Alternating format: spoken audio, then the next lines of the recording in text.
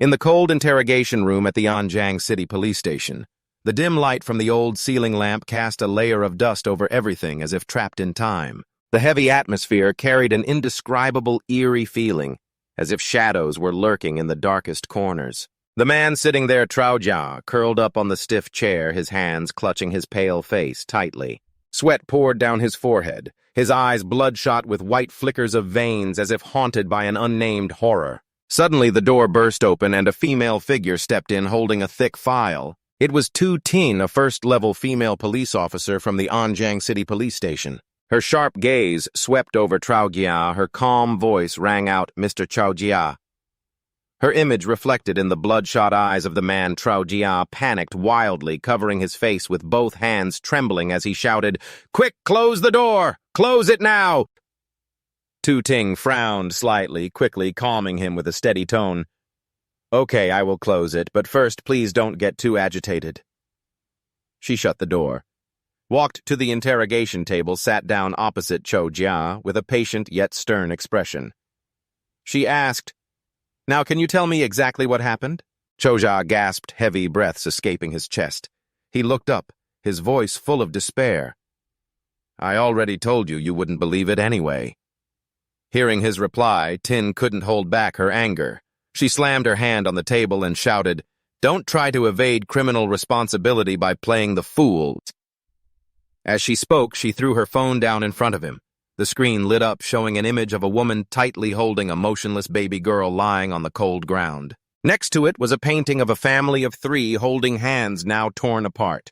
Beside it, a broken belt and shattered bottle, the scene of a domestic violence incident. The phone hitting this table mixed with Tu Tin's sharp voice like a blade. "Think about what you have done to your family." Suddenly Trao Jia froze, his eyes fixed on an invisible point in the air. Then, as if startled by some terrifying presence, his whole body trembled uncontrollably. He pointed behind Tu Tin, stammering in panic, "What's behind?" His horrifyingly real expression made Tu Tin flinch instinctively. Gripping her gun tightly, she turned in the direction he pointed, her gaze sweeping through the empty room, nothing but darkness. Suddenly Trao Jia trembled even more violently, yelling as if tearing the space apart, "What? There's nothing!" Hearing Trao Jia's scream, Tu Tin immediately turned only to see him crawling under the table, clutching his head, his whole body shaking as if caught in a cold storm. He screamed, his voice hoarse from terror. "No!" Tu Ting clenched her fists tightly, feeling mocked. She stepped forward, her cold voice ringing out, "Mr. Trao Jia, I advise you not to play tricks." But in Trao Jia's distorted perception, the ground began to crack, revealing glowing red pupils flashing with eerie light. The whole room seemed engulfed by countless hellish eyes staring at him mercilessly. As Tu Ting stepped closer, Trao Jia panicked more, his eyes full of fear. Her voice calling, "Mr. Trao Jia," echoed, but her face and his eyes twisted into a collage of blood-red pupils. Bending down under the table, staring right at him at that moment, Trao Jia was stunned, his mind shattered. He burst up, using all his strength to push the table away, screaming wildly, "Don't bother me!" After the shout, "Get away!" Trao Jia completely lost control, as if possessed by an invisible force. He shoved his hand into his mouth, biting down on his fist, his eyes wide and bloodshot. In the hallucination, Tu Tin's panicked voice rang out, "Stop! What are you doing? Someone come here quickly!" The scene shifts to an outside building where a poster with images of seductive girls hangs suspended. A curious voice asks, "So what happened next?" Inside the room filled with anime character merchandise, 3 bright computer screens, a group of young people excitedly discuss the sensational online incident. This is the activity room of the Paranormal Club at Jangthun College. Ha Bon Bun, clutching a pillow, trembling, recounts the story with heartbreaking realism to the point tears stream down his voice, chillingly slow. He committed suicide. They said he almost pulled out his entire tongue. Li Trung-hung, sitting nearby, was horrified by Ha Bon Bun's story. His face drained of color. Ha Bon Bun trembled, as if his soul had flown to the 9th heaven, struggling to continue his ghost story. His voice faltering, "I feel like today I look way too soft." Li Trung-hung's face turned pale, casting a worried glance at his friend with flickering eyes. He rebutted with a trembling voice, "What do you mean by ghost stories?" This is exactly the case that the police department released online, causing a lot of buzz. Ha Ban refused to back down, his eyes flashing with mischief. He covered his mouth and whispered to Lai Chung-hung in a haunting tone, "And as far as I know, the origin of this case comes from a photo online. Everyone who has seen it has died." Hearing this, Lai Chung-hung felt frozen, stammering in fear. "A photo? What photo?" Ha Ban was ruthless, curling his lips into a fierce smile. He scrolled through his phone, calm but challenging. "Relax, I'll find it for you." Hearing that, Lai Chung-hung suddenly froze as if a dark premonition had clouded his mind. Without hesitation, he lunged forward, snatching the phone from Ha Ban's hand, shouting loudly, "Wait! If what you said is true, then how can we even see the photo?" Just then, another voice rang out from the corner of the room. "Are you two talking about this?" Ha Ban and Li Chung-hung, who were arguing fiercely, immediately stopped. Both turned their heads only to face a terrifying image, the red pupil from the rumor appearing right before their eyes. Before they could prepare themselves, both panicked and screamed, their hearts pounding as if about to burst out of their chests. The one who opened the photo for them was Guen Chanu, calmly reassuring his two frightened friends. "Don't worry, nothing's wrong." Li Chung-hung and Ha Ban, who had just been bickering loudly, now clung tightly to each other, pale and trembling. Li Chung-hung stammered to ask why he was so sure. Guen Chanu shrugged, his voice calm but confident. "If just looking at this photo could kill, it would have been the apocalypse a long time ago. As for those who have died, I'm afraid they just had demons inside them." After saying this, Guen Chanu stood up nonchalant. "All right, you guys, play on. I have things to do." Ha Ban and Li Chung-hung, still shaken, quickly tried to stop him, shouting in unison, "Chanu, you're killing the mood. It's only early, so why do you act like an old man? You need to be more energetic. Why are you going home so early?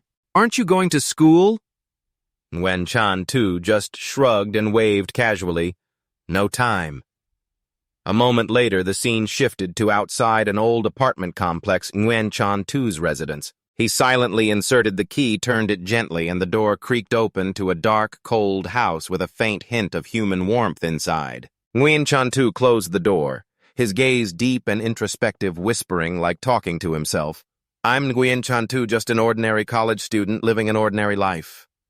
Memories suddenly flooded back as he recalled the moment in the old university library when a strange book emitting a blazing red aura caught his eye a month ago. As if enchanted by the eerie whispers, he slowly lifted the book off the shelf without suspicion. Guen Chanu opened it, completely unaware of the danger lurking in his eyes. It was just an ordinary book, but the spirit energy from it grew stronger, enveloping him. Some mysterious mechanism seemed to be triggered, dragging both Guen Chanu and the sinister energy into an invisible vortex. He continued in a low voice, "Out of curiosity, I opened a notebook called The Urban Legend Chronicles."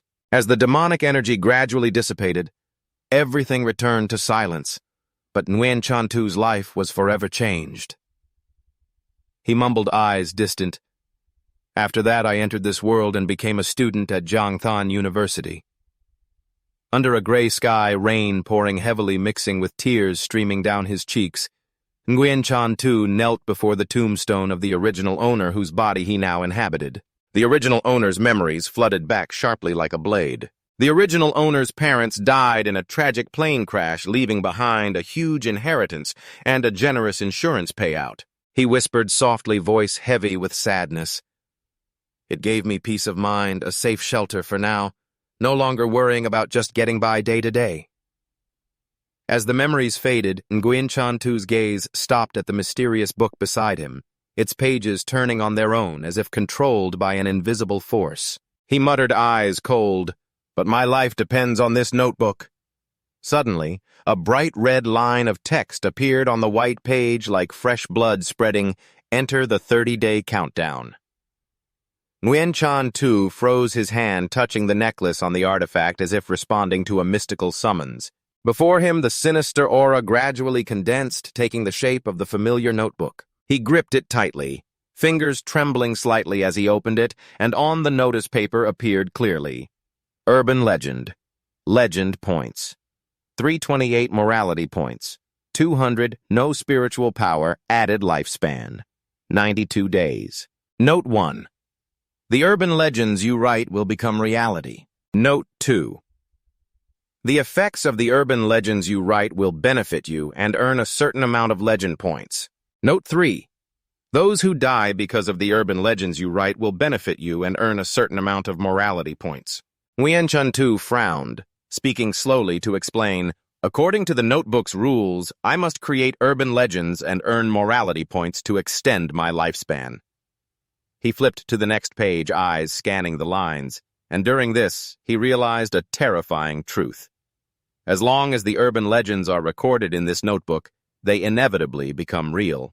The inspiration for his first story came from the tragedy of a mother and child suffering domestic abuse next door. The page before him displayed the title of the legend he had created, Urban Legend. His eyes glanced through a gap at 4/3/2021 at a photo spreading across every corner of social media in Jiangtan. That image was disturbingly infuriating, covered by a giant eyeball glowing blood red. Guen Chanu carefully and calculatingly chose Jiangtan as the setting for his legend. According to the killing rule written in the notebook, anyone who sees this photo, if they are a domestic abuser, will be pursued by a mysterious eye through every crack, door gap, keyhole, or even wall crevice. That eye will stare fixedly, embedding itself into the victim's mind, gradually distorting their spirit, breaking them down mentally until they lose reason and ultimately seek death themselves. The story continued on the page 7/6/2020. Chao Jia reeked of alcohol after a party. When he got home and found the bathwater not hot enough, he angrily took off his belt and cursed at his wife and children. But from the darkness appeared a red glowing eye watching every cruel act of his. It slipped into Chao Jia's mind, present in every viewpoint from door cracks to broken glass. The notebook also contained a terrifying secret. Anyone who has seen that photo becomes haunted relentlessly by that eye. Chao Jia's mind was tormented to the extreme, losing control, and in madness he committed suicide. At that moment, the notebook trembled lightly. The words appeared: morality points +2, legend points +370. Every story, every villain punished is recorded in the pages of the Urban Legend Chronicles. One person per page, each page awarding 2 morality points depending on the story's impact. Legend points fluctuate between 300 and 400 points. After reading the last lines, Guen Chanu closed the notebook, his eyes heavy, sighing quietly. This story didn't earn many points. It took a month to increase the lifespan from 30 days to 92 days. I need a better new story to punish a bad person. Worry welled up inside him, his voice filled with unease. Otherwise, once the days returned to 0, he stopped. The image of the book draining his spiritual energy to feed the demonic aura appeared in his mind, stammering with a trembling voice. I fear I really will die. The scene shifted to Jiangtan University. The afternoon class had just ended. Students noisily left, leaving a few scattered figures lingering to chat. A kind female friend gently shook Guen Chanu's shoulder. He was slumped over the desk, sleeping deeply. She softly said, "Chanu, class is over, get up." A few rows away, another female student closed her notebooks and giggled. "He sleeps so well, like he's been sleeping all day." Another friend excitedly chimed in, let's go to the club." Guen Chanu slowly opened his eyes, stretched and yawned loudly, the yawn echoing throughout the corner of the room. The sky outside the window was dyed with sunset hues, soft orange spreading over the schoolyard. Just stepping out of the classroom, he croaked softly, "My throat hurts so much." He couldn't help but complain inwardly. "So sleepy last night, I stayed up till 3 or 4 in the morning, looking for inspiration for a new story." Walking down the classroom hallway, Guen Chanu rubbed his heavy head, mumbling, "This is frustrating. It seems trying to get inspiration for my urban legend through the Ghost Club isn't working. It's pointless.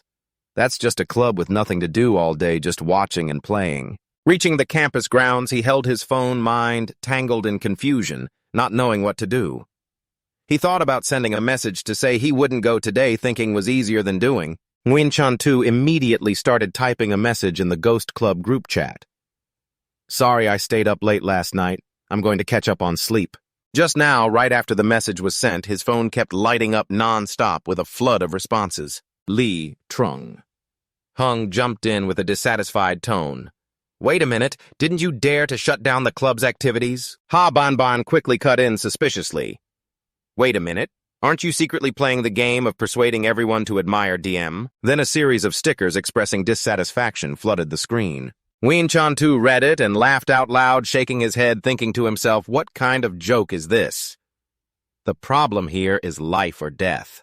He was absorbed in looking at his phone when a strange sound startled him from the nearby alley.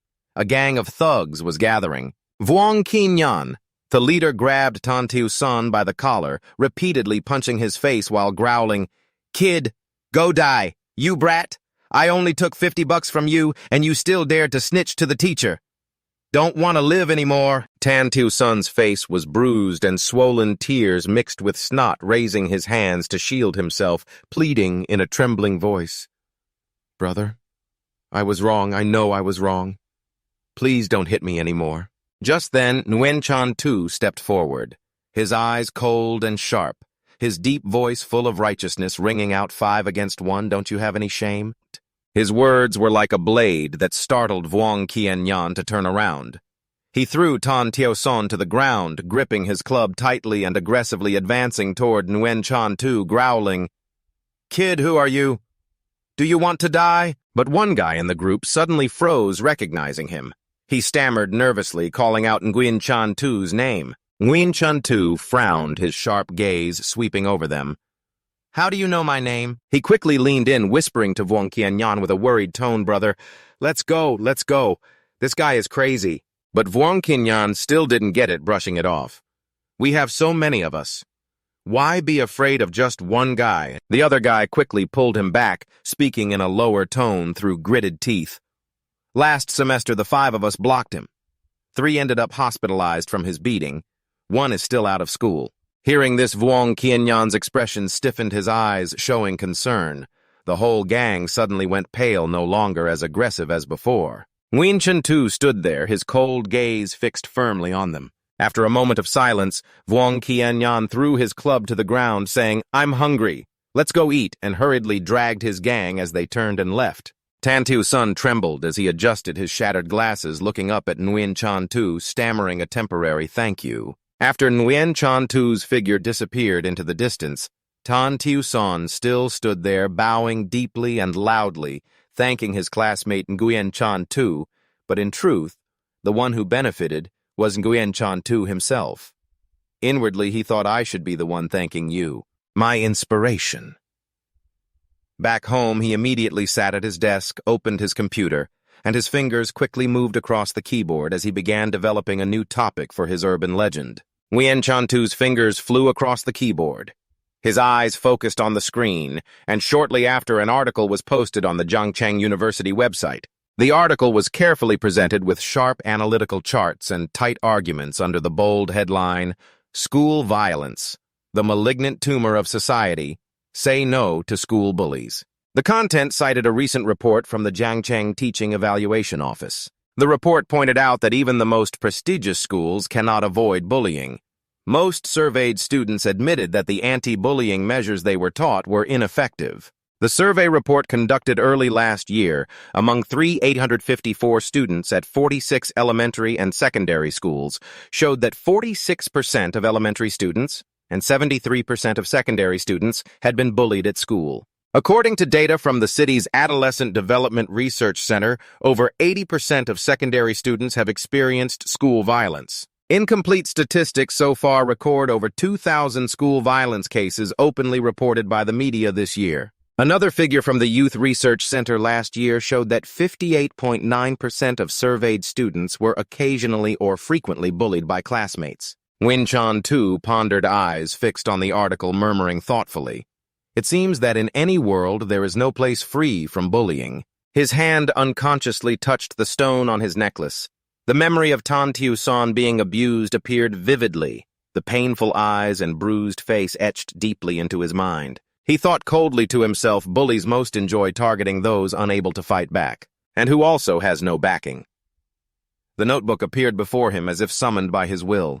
Guen Chanu flipped to the next blank page. He put the pen down with a slight tremble in his hand. He began to write each sharp stroke. Only weapons given to victims of abuse to fight back can completely eradicate the seeds of violence buried deep in peaceful reality. The more he wrote, the darker the demonic aura emanating from the notebook grew like a mystical breath enveloping him.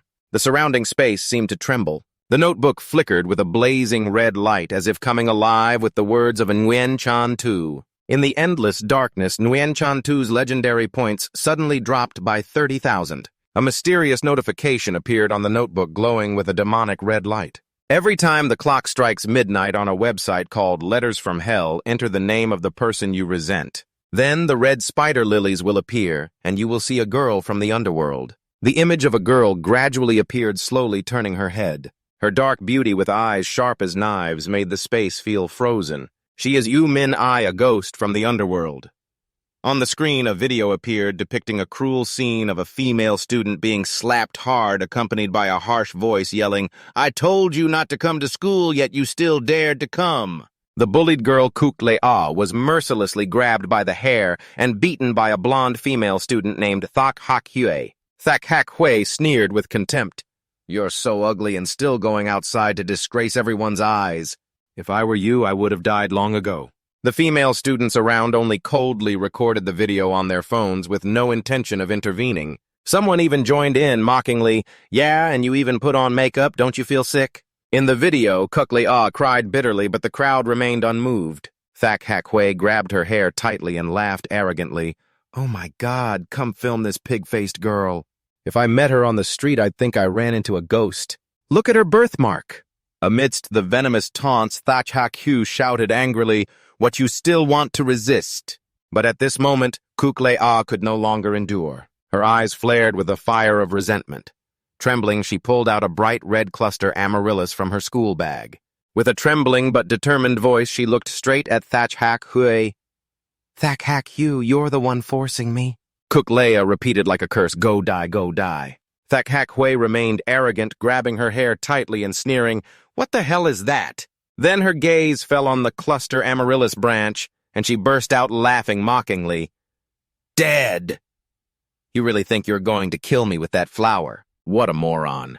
But Thak Hak Hue didn't realize that while she was still laughing, Kuk-le-ah had already plucked the last petal from the cluster amaryllis. Suddenly, Thak Hak Hue's body convulsed violently as if an invisible force was strangling her. Kuk-le-ah, still clutching the cluster amaryllis, stood stunned, watching the scene unfold. Those filming the video were also frozen in shock. Someone stammered, calling out, "Tu Hui Yu." In the recorded video, Thak Hak Hue's skin shriveled, and her deep eye sockets darkened like an abyss. The friends around panicked, screaming, "A ghost!" They ran scattered, leaving Thak Hak Hue screaming madly. Within just 2 short minutes, she collapsed face down on the ground, motionless before everyone's horrified eyes. The video stopped there, lasting a total of 4 minutes and 40 seconds. The scene shifted to a room in the principal's office at Jiangtan University. A man spoke in a deep voice. "Is the person in the video you—" Kuk-le-ah hugged her school bag tightly, trembling and scared, answering, Yes, it's me." The person who showed her the video continued, eyes sharp. "As of 8 a.m. today, over 100 people in the city have died unnaturally. This person is Tu Am, assistant of the special unit." She swiped through the phone screen coldly. "They're all like Thak Hak Hue. After examination, they are brain-dead with no signs of murder." Sister Tioam looked straight at the panicked Kuk-le-ah and questioned, "And you're the only suspect?" Suddenly, another woman in the room spoke sharply, getting straight to the point. "Have you ever interacted with the girl from the underworld? Please recount the details." At that moment, Tioam stood behind the woman, introducing her as the chief supervisor of the special unit, currently the only person who can save you. "I hope you're not hiding anything or just testing your luck." Kuk-le-ah took a deep breath to calm herself and nodded. She began to tell her story with a trembling but clear voice. A few days ago, around midnight, a strange post appeared on the school's forum. It couldn't be deleted or edited. As soon as it was posted, the article was pinned at the top. The content was an urban legend about the girl Huang Tuyen. She paused, her eyes misty as if reliving the memory. The post read as follows: "The girl Huang Tuyen really exists. Only at midnight can you visit the letter from hell. If you write the name of someone you deeply hate, the girl Huang Tuyen will appear and drag those people down into the depths of hell." At first, people just thought it was a new game or a marketing stunt. No one believed it. On the school forum, the post about the girl Huang Tuyen quickly went viral, attracting massive views and interactions. The comments were lively and everywhere. An anonymous account joked, "The girl Huang Tuyen again." What kind of marketing stunt is this? Recently, the account Mahao Now Ruo chimed in. Is this some new promotion from a comic company? Why, at this hour, the account Not Playing Big enthusiastically said, I just tried the Letter from Hell website. It really exists, but it seems you can't access it now. The account Fuba commented, I don't want to try anymore. Definitely can't access it now anyway, we have to wait till midnight. The account Kill Means Death added excitedly, I plan to try it tonight. I've been annoyed by a colleague recently and want to teach him a lesson. At 12:12 a.m. in Jiang City, Kuklei A sat in front of her computer, eyes tired but determined. She waited until exactly midnight and clicked the link in the post. A website appeared with a dark screen and bright red letters, I have come to relieve your resentment. Below was a white box to enter a name. With hands full of wounds, Kukla A tremblingly typed 3 words, Thak Hak Hu. Her eyes flashed with hatred. Her finger touched the enter button without hesitation. Dashi continued in a trembling but determined voice, I knew I shouldn't believe in these things. I also knew that if this legend were true, it could be deadly. But when I was bullied, I tried to tell my teacher. My teacher replied, where there's smoke, there's fire. Why do they target me instead of someone else? Reflect on yourself. Cuck. Lei A paused. Her eyes dimmed with pain. Even my family is not a place for love. My mother slapped me hard when I spoke. She shouted, what? You want to transfer schools? Do you know how hard I worked to get you into this school? She clenched her fists. Her voice choked.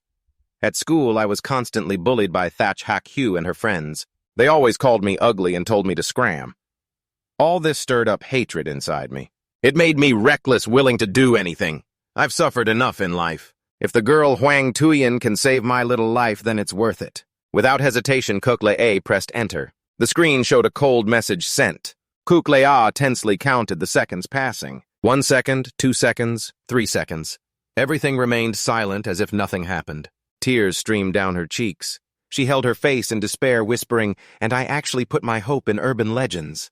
I must be crazy. Her tears fell nonstop, filled with self-blame. Suddenly, her head spun a wave of dizziness hit. In an instant, she was pulled into a mystical space, where red licorice flowers spread like an endless sea of blood. A cold voice echoed, you seek me. Kuklea froze, stopped crying, and looked up. Before her appeared Umin Ai, eyes sharp and cold, a dark beauty like a ghost. She panicked, voice trembling, you the girl, Huang Tuyen. Umin Ai held a branch of licorice flower and softly replied, it is I.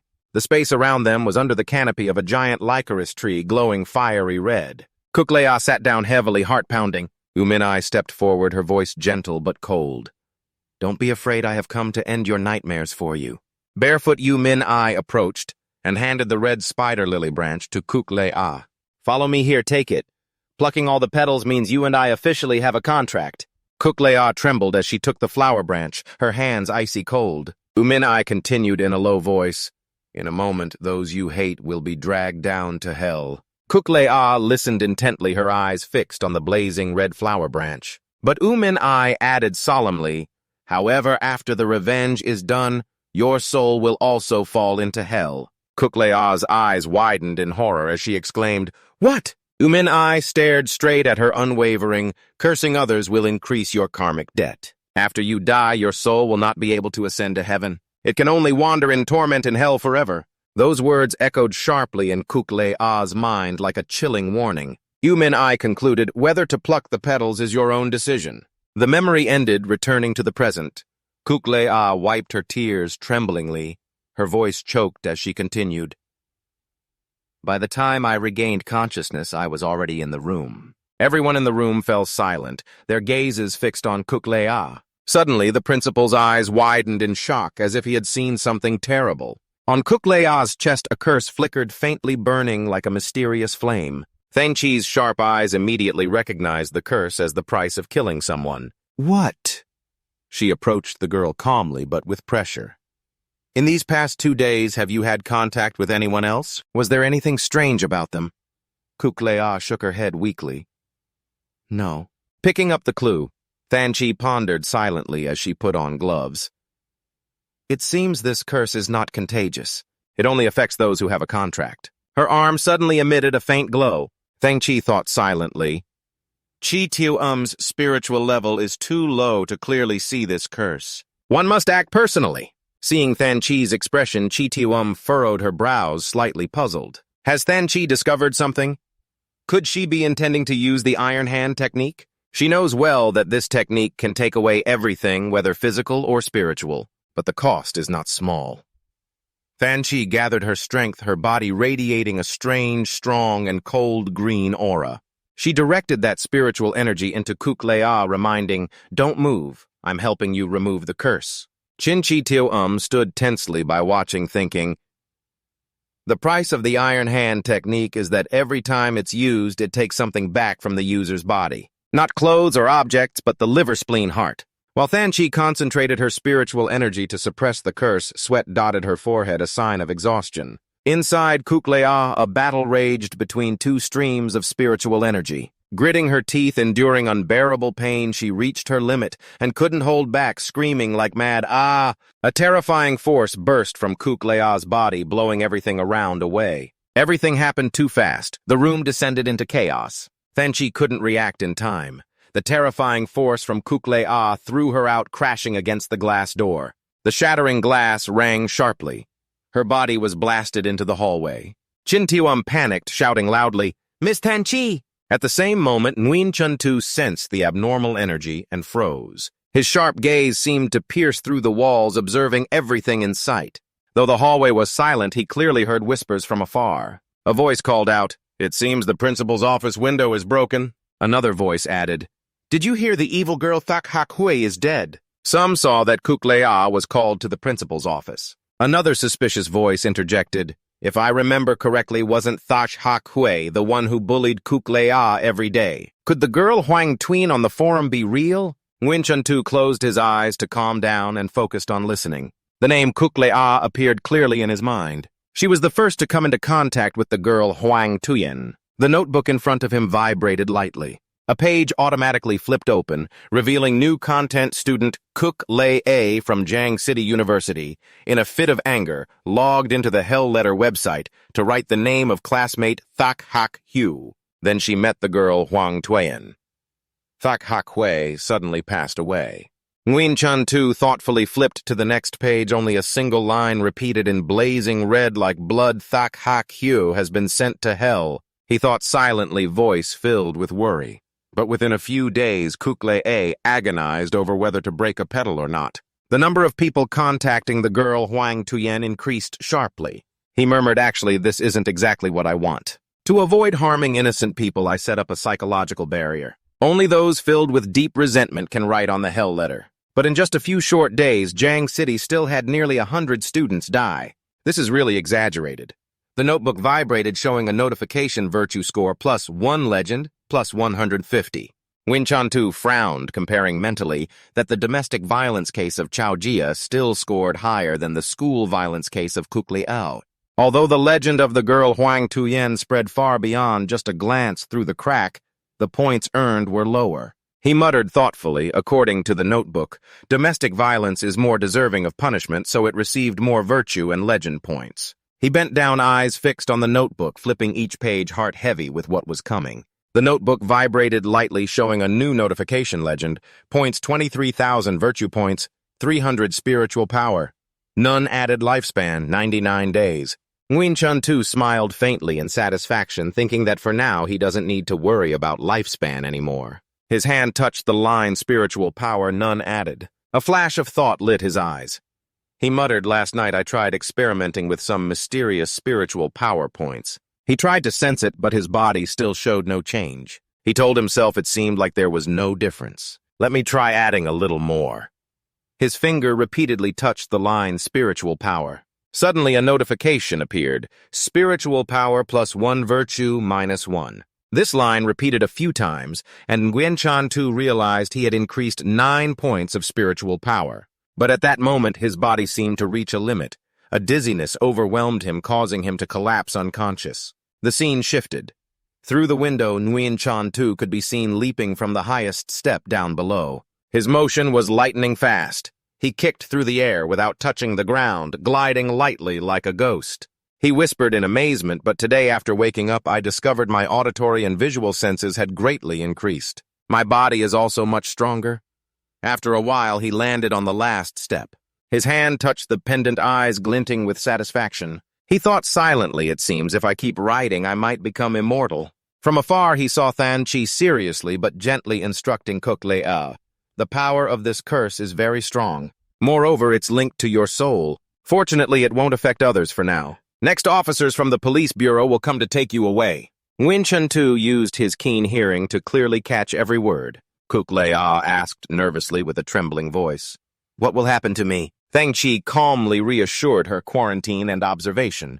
But I will write in the report that you acted in self-defense. Hearing this, Chi Tiu-am looked at Than Chi with eyes full of admiration, exclaimed Miss Than Chi. Kuk Le-a's tears streamed down, choked with emotion. Thank you. Than Chi turned and motioned for Chi Tiu-am to leave, but suddenly she froze, feeling a cold gaze watching from somewhere. She turned back and stared fixedly at Kuk Le-a. The girl was confused, not understanding why Than Chi looked at her that way. Chi Tiu-am also quietly asked in confusion, What's wrong, Miss Than Chi? Than Chi's intuition was sharp as a blade. She silently thought she felt someone spying. At that moment, Guen Chanu quickly hid behind the wall. Long was surprised to be discovered. Worried, he muttered, That person can see the curse. Seeing Than Chi approaching, he was shocked, wondering if she also had superhuman abilities. Chi Tiu-am called after Than Chi, but she was lost in thought about that mysterious gaze, murmuring she's escaped. Guen Chanu grew more uneasy. He touched the pendant, his heart tangled in worry. Who is she? Someone from the police station. Listening to their conversation, it seemed she was investigating the case of the girl Huang Tuyen. The sound of Than Chi's high heels grew clearer and closer. He silently reminded himself not to let her discover this notebook. Although it's in the form of a pendant now if it's exposed at the wrong moment. Suddenly, a voice rang out, Found you. Guen Chanu was startled as two friends grabbed him tightly by the neck. He recognized them and exclaimed in surprise, Why is it you guys? Ha Bunbun and Lee Chung-hung, faces full of anger, clung to him. Ha Bunbun locked his wrist with one hand, growling, Got you now. Lee Chung-hung joined in with a dissatisfied tone. This kid ran off right after school, but they gave him no space to breathe, causing him to cough and try to calm them. Let me go first. I'll come with you guys, okay? But neither trusted him no chance. They kept pulling him toward the club. Guen Chanu sighed helplessly. Meanwhile, Than Chi stopped, her eyes full of suspicion. She murmured, Could it be I'm overthinking? Than Chi suddenly received a call. A hurried voice came through the line. It's me. Shortly after, she quickly turned back and nodded curtly. Okay, I'm coming back immediately. At the same time, in the Yu Lin Society's activity room, Guen Chanu looked at his two friends, still gripping him tightly, and sighed. Can you guys let go now? You're that afraid I'll run. Lee Chung-hung snorted without denying it. That's right, Ha Bunbun added with a dissatisfied tone. The club activities need at least 3 people. If the teachers find out there are only 2 every day, what if they disband the club? Guen Chanu forced a smile and excused himself. Sorry, I really had things to do these past few days. Then Lee Chung-hung immediately rebutted, glaring sharply, Don't try to fool us. The group flicked on the lights and stepped into the activity room filled with girls showcasing various styles from outfits to character models. Lee Chung-hung teased, Besides sleeping, what else can you do? Guen Chanu stammered, scratching his head, writing novels. Lee Chung-hung's eyes widened in surprise. You even know how to write novels? What genre? He answered hesitantly, for now supernatural horror. Hearing this, Ha Bunbun and Lee Chung-hung's eyes lit up, and they immediately stopped what they were doing, leaning in together. Hurry up and let us see it. And let. Guen Chanu smiled awkwardly and shook his head, still thinking, it's just a draft. Lee Chung-hung quickly changed his tone to sulky Chun-tu. You're so boring, like you don't consider us brothers. Ha! Bunbun chimed in, even pulling open his shirt with a resentful tone. Yeah, we even showed you our wives in games and comics already. But Guen Chanu just laughed awkwardly, scratching his head, thinking there's no way to show them that yet, and replied vaguely, Wait until I finish writing, then we'll see. Ha Bunbun and Lee Chung-hung looked excited, as if they understood, guessing he was inspired by an idea, right? Everyone at school has been discussing it these past few days. Maybe it could inspire you. Guen Chanu guessed curiously. Are you talking about... Ha Bunbun cut in excitedly, the urban legend spreading on the forum now. Not long ago, Lee Chung-hung pointed in unison at the computer screen, the girl Huang Tuyen. Guen Chanu froze, dazed, replying, inside. I couldn't help but feel bitter using the story I wrote to inspire me. Really no words for that. Ha Bun Bun suddenly murmured in surprise. What's going on? Where's the website? It's no longer found on the forum. Guen Chanu furrowed his brow in puzzlement. The network is down. Ha Bun Bun carefully observed the screen and noticed something unusual with a suspicious tone. Not right there are pop-up windows here with junk games. Lee Chung-hung quickly took out his phone to check, muttering, "My phone still has full Wi-Fi signal and I can still watch videos." But then he rechecked, surprised. Wait, now I can't get into the forum on my phone either. Guen Chanu pondered silently. It's not a network issue, looks like the forum is blocked. He suddenly startled and muttered, "Wait a minute, could even the hell letter be blocked?" A thought flashed in his mind, guessing, could it be the two people we met at school today? Without hesitation, he rushed outside, leaving two friends stunned. Lee Chung-hung called after him. "Chanu, what's wrong with you?" He replied hurriedly without turning back. "I have some business to take care of outside." Ha Ban Ban shouted irritably. "Chanu, you're ditching us again." Guen Chanu ran quickly to the hallway where Tan Teo Sun was standing.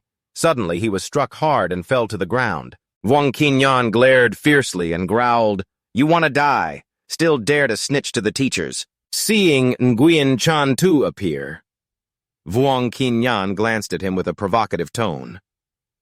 "Why is it you?" Tan Teo Sun trembled, his voice breaking as he called out to his classmate Chanu, crying and kneeling, begging for help. "Help me, please." But Guen Chanu just coldly shook his head. "Sorry, I don't have time right now." He ran off, leaving Tan Teo Sun in despair. Wang Tuyen smirked smugly. What's wrong with him? He continued delivering cruel punches to Tan Teo Sun, shouting, "You think Guen Chanu will always protect you?" He stomped hard on him, mocking, "Everyone knows if that guy even cares about anything. It all depends on his mood, idiot. Who knows, maybe one day you piss him off and he'll beat you up too." Tan Teo Sun clenched his fists tightly, his eyes behind cracked glasses following Guen Chanu's retreating figure in the crowd. He dashed outside, breathing heavily, thinking he probably hasn't gone far yet. His eyes widened as they scanned the lively, chatting crowd. One person said, "These assignments are so long and boring." Another replied, "How did you do on the exam this time?" "I was just 2 points short of the passing score." Another voice interrupted, "It's okay." Guen Chanu grumbled irritably. "Damn it, nowhere to be found anymore." He tightly grasped the necklace, thoughts tangled. If even the hell letter is blocked, it means their power could be a major threat to my creations. I have to find a way to identify them, or else it will severely limit my urban legend creations. At that point, life cannot increase anymore, only death awaits. Scene shifts to Zhang City Police Department. A girl respectfully reports to Than Chi. "Captain Than Chi, per your orders to prevent more victims, we have shut down the forum." Than Chi glanced coldly. "Well done. What about the hell letter website?" The girl turned her head slightly, avoiding eye contact. The researchers tried but couldn't shut it down. Than Chi frowned, her voice low. "Seems like some strange power is protecting the site." She immediately gave a firm order. "Evacuate everyone from this building at once today. We have to try shutting down the website." People at the station murmured in confusion. Where did this captain come from anyway? Tu Ting, who appeared in the Chaojia case, spoke up. Last time, after handling a series of suicides, the special unit took over the case.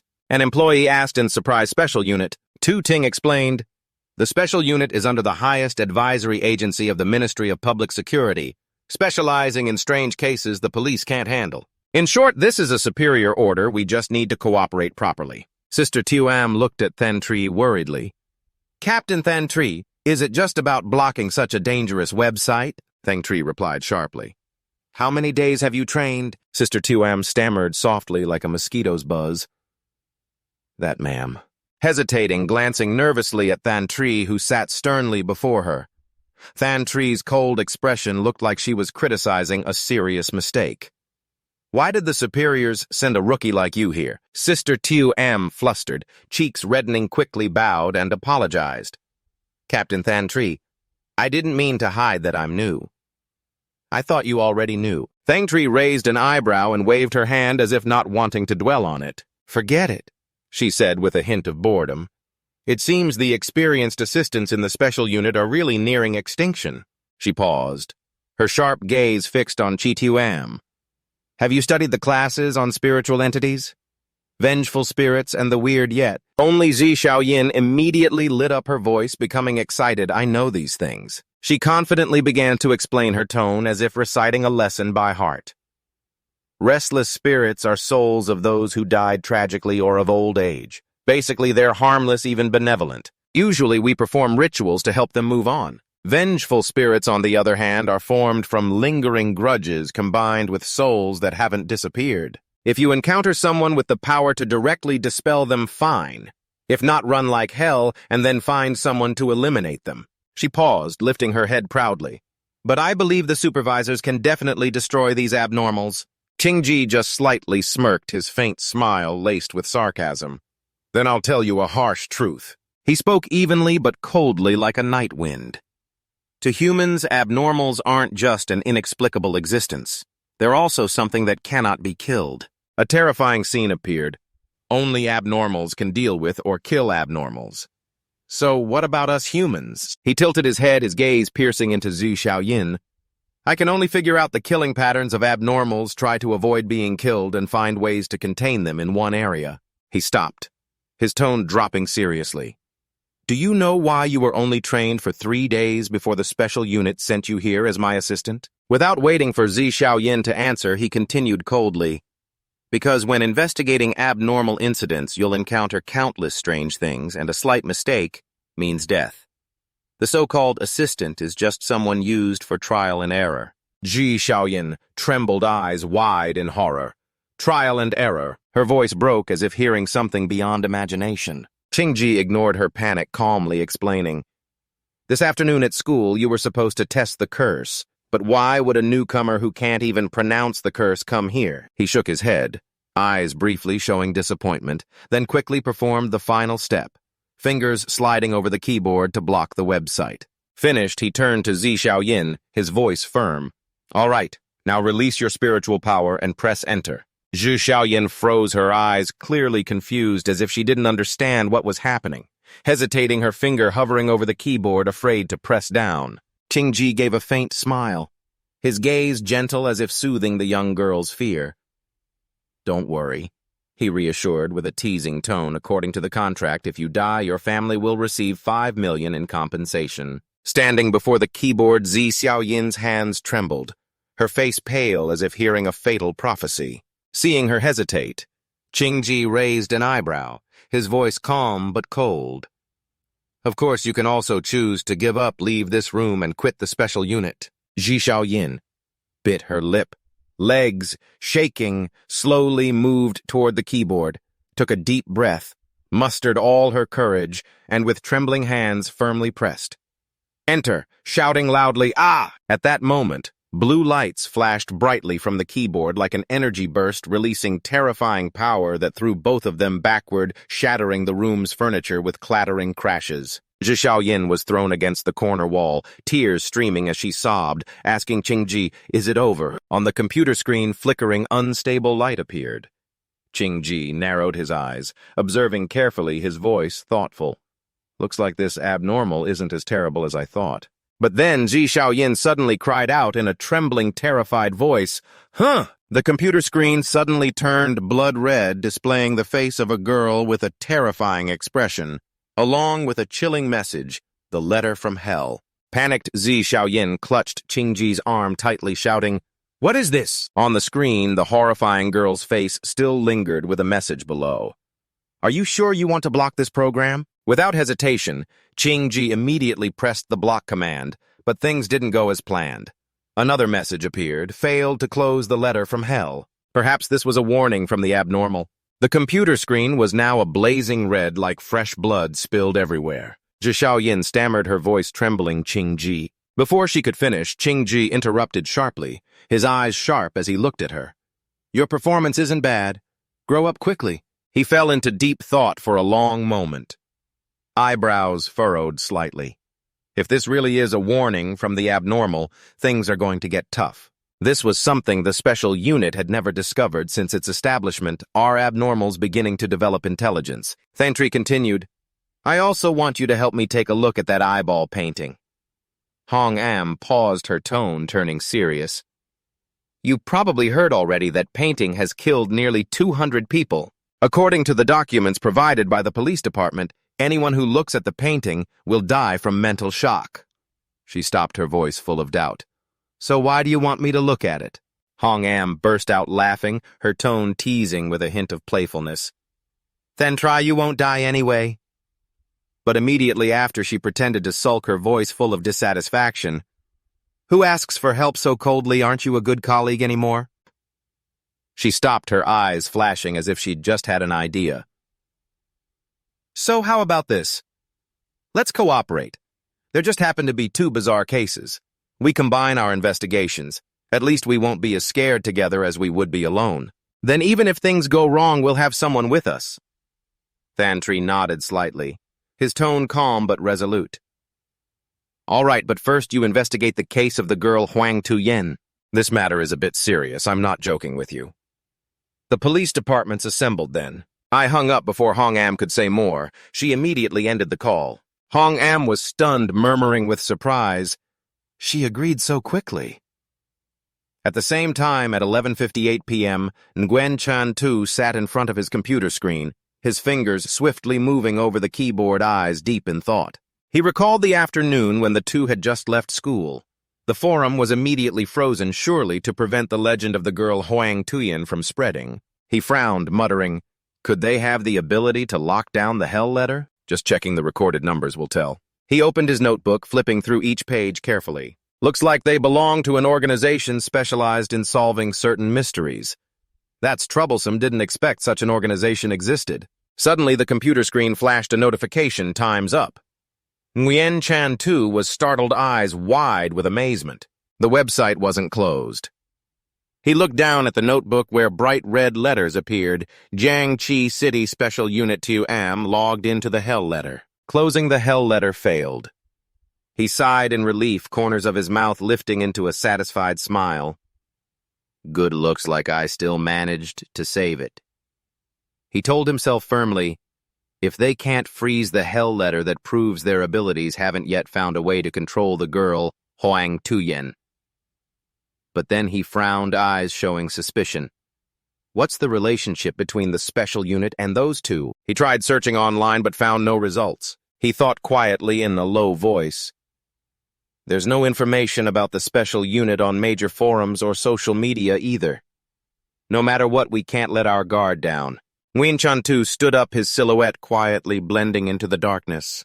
If I want to keep living, I can't let them interfere with the bizarre stories I create. He whispered with determination, I must continue to enhance my spiritual power. Then Guen Chanu sat silently on the edge of the bed, his gaze focused as if trying to pierce through the night. He quietly reflected, recalling that the last time he increased his spiritual power, it pushed his body to the limit. He wondered what state his body would be in this time. He whispered in a low, cautious tone, without hesitation. He opened the book, and a dark energy immediately enveloped his body. Not thinking too much, unable to control it much anyway, he started the enhancement. He raised his hand, pointing directly at the page where the words clearly appeared. Legend. Strength. Graph. 23,000 points. Good and evil. 291 spiritual power. 291 spiritual power. Level 9+. He smirked, eyes flashing with determination. Strength is the only thing that guarantees I can survive. Immediately, a blazing red light erupted, enveloping the entire room. Everything around seemed sucked into an invisible whirlwind. Objects floated and clanged softly. Guen Chanu roared loudly, "Ah!" From his hand, a raging red flame burst forth, radiating intense heat. His body trembled as if expanding from within. The overwhelming power surged, making him almost lose control. The sensation was like his body was expanding, but he could clearly feel strength flowing inside. He squinted, staring intently at the page, the words appearing. Spiritual power plus 1 point. Good and evil minus 100. Spiritual power level 1 upgraded to level 2 upgrade successful. He placed his hand on his chest, eyes briefly surprised. No, it's the soul. My soul is expanding, growing bigger. The process finished, he stood up lightly, tapping his neck, feeling his body unusually light. Not only were there no side effects, but his whole body became more agile, his 5 senses sharper than ever. He muttered excitedly, then suddenly paused, his sharp eyes glancing toward the door. Why do I feel like someone is watching me? A chill ran down his spine. Actually, he had occasionally felt a gaze before, but only now, with his spiritual power heightened, did he realize where that gaze was coming from. He stepped slowly toward the door, clenched his hand, then pushed it open forcefully. Inside was a cardboard box. He stopped, eyes flickering with suspicion. I almost forgot you were still here. A red light flashed from the box. Guen Chanu peered inside, but his body trembled slightly the moment he saw what was inside. He sat down, gently patting the box, his voice low as if comforting himself. Why am I the one who's nervous? He hugged the box, pulling it out of the cabinet, muttering, Well, you were created by me, so I shouldn't be the one nervous. He set the box on the floor, soothing softly. Good. But the moment he opened the lid, a strange creature with bulging eyes crawled out, making him jump back. That's really scary. In the dark living room, Tuyen, that odd creature, swayed to an invisible rhythm, looking oddly cheerful. Suddenly, a strange scent wafted in, making the air more suffocating than ever. Guen Chanu stepped closer, holding some food, his voice gentle but teasing. Tuyen, stop watching cartoons. Want a midnight snack? Tuyen trembled violently, his bulging eyes panicked, quickly hiding back inside the cardboard box. He laughed, shaking his head with a hint of helplessness. Seeing you stuck in the box all day, I was afraid you'd get bored. Want to go out for a bit? Tuyen clung tightly to the edge of the box, swaying in resistance, making trembling sounds. Mom. Guen Chanu sighed, sat down on a nearby chair, his eyes softening a bit. This kid looks scary, but is really just a child afraid of strangers. He set the noodle pack aside, muttering, Forget it, eat first. Tuyen peeked out from the box lid, secretly watching him. Just then, Guen Chanu's phone lit up with an incoming call. He picked up, Hello? Before he could react, a loud shout came from the other end. It's true, quickly, click the link I sent you. Someone is live streaming the murder rules of the Huang Tuyen girl, streaming live to the gossip crowd. Guen Chanu froze, chopsticks in hand, forgetting what he was eating. He frowned, voice full of surprise. The caller continued shouting, He's the owner of the Huang Tuyen girl discussion thread on the forum. His username is Magic Tree Boy. Today he wants to livestream meeting the Huang Tuyen girl. Without hesitation, Guen Chanu immediately opened his computer and clicked the link on the screen. A boy with a grotesquely distorted face appeared, a twisted smirk on his lips. He pressed his face close to the camera, voice distorted. Can't wait even 1 or 2 minutes. Really want the Huang Tuyen girl to deal with you clueless people. I know you're all eager, but don't rush. Wait, it's about to start. Guen Chanu sat before the screen, eyes glued, curious what this guy would do next. The guy on the live stream kept rambling. Many said they logged into the hell letter, even entered their names. But the Huang Tuyen girl never appeared. Therefore, the Huang Tuyen girl doesn't actually exist. Guen Chanu squinted, watching the guy closely, then suddenly laughed loudly, crazed, Because you don't meet her conditions. The guy stood up abruptly, arms wide as if summoning something, shouting, To meet the Huang Tuyen girl, your heart must hold great rage. You must be pushed to the edge. He laughed madly, eyes flashing with madness like a man who had lost his mind. The boy's distorted face on screen turned eerie. These are the rules of the Huang Tuyen girl, he declared excitedly in the distorted voice. Guen Chanu sat before the computer, a subtle smile playing on his lips, eyes sparkling with curiosity. Figuring out the Huang Tuyen girl's murder rules is really not simple. He thought silently. I also want to see if you can really call out the Huang Tuyen girl. At that moment, at 12:03 a.m. in the happy neighborhood, Than Tri and Hong stood under the dim streetlight watching the guy's live stream. Than Tri narrowed his eyes, coldly ordering, Happy neighborhood, Dan, patient building, former isolated patient ward, be ready to disconnect the live stream at any moment. Arrest immediately. Hong took a sip of water, her gaze flicking over the phone screen, then turning to ask, Do you think what he's saying is true? Than Tri pondered, his finger lightly tapping the rim of the cup. Very likely. 2 days ago, the special unit hurriedly sought out a few criminals to test, but they couldn't find the girl Huang Tuyen. At that time, I already felt something strange. Now it seems the hatred of those criminals wasn't strong enough. Hong nodded eyes, showing a hint of agreement. These people probably discovered the pattern. Then both simultaneously looked toward the building in the distance. Thangtree smirked slightly, voice low. Ordinary people can figure out the killer's pattern of the bizarre. Some survivors are even stronger than those with spiritual power. Meanwhile, Guen Chanu kept his eyes glued to the screen, intently watching the young man. The man babbled on, "I know many won't believe me after all I've said. Next, I'll take everyone to watch live." His eyes widened as he stood up, holding his phone finger pressing hard on a key on the computer keyboard. Immediately, a mailbox appeared on the screen with the message, "I have come to release hatred." Viewer comments exploded more lively than ever before. The young man curled his lips into a grin with a creepy vibe. Success! He sneakily typed something else, eyes darting. You guys aren't allowed to see this. Wait a moment, you'll get to see the girl Huang Tuyen.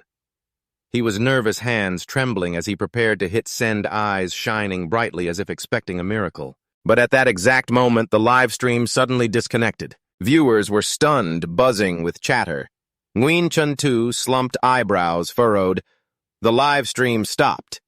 He muttered, eyes full of doubt. Holding the book in his hand, he turned to look at the cardboard box, voice dropping, "Tiu Nyan, is that you?" On the computer screen, a desolate scene appeared, cold as the underworld. Guen Chanu suddenly felt a chill behind him, as if someone was lurking. He replayed it, sharp eyes scanning the room, but only caught a fleeting shadow near the hazy feet disappearing into the darkness. At the same time, in the janitor's closet of Tan School, Tiu Sun was locked in a cramped, dark space. He trembled, tears streaming, voice sobbing, "Please let me go. Let me out." The phone in his pocket fell to the floor.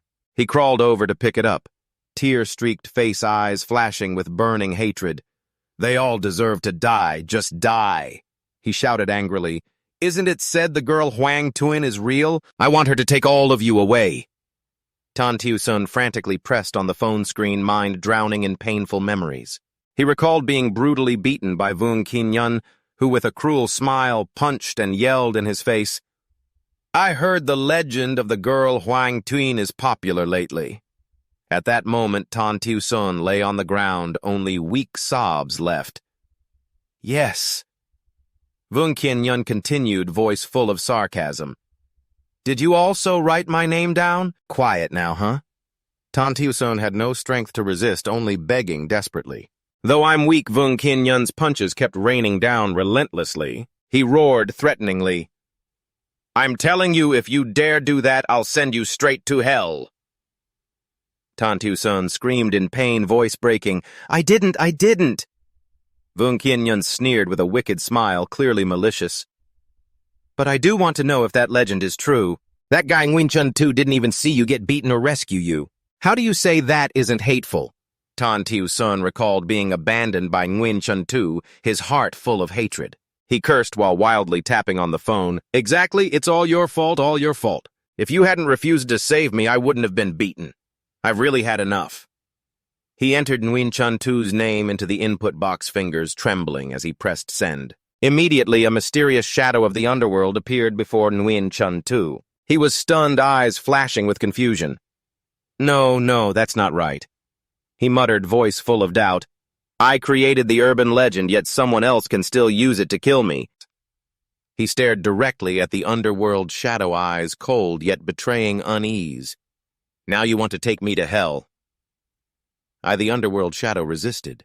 The ghostly eyes flickered with surprise before speaking in a low voice. "Although someone wrote your name on the hell letter, my power is granted by you. Therefore, you are the exception to the signed contract's rule. But you can decide the outcome, directly erase or send the person who wrote your name to hell." Guen Chanu breathed a sigh of relief, chest feeling lighter, as if a burden was lifted. He stood up, his sharp eyes gliding over the figure in front of me.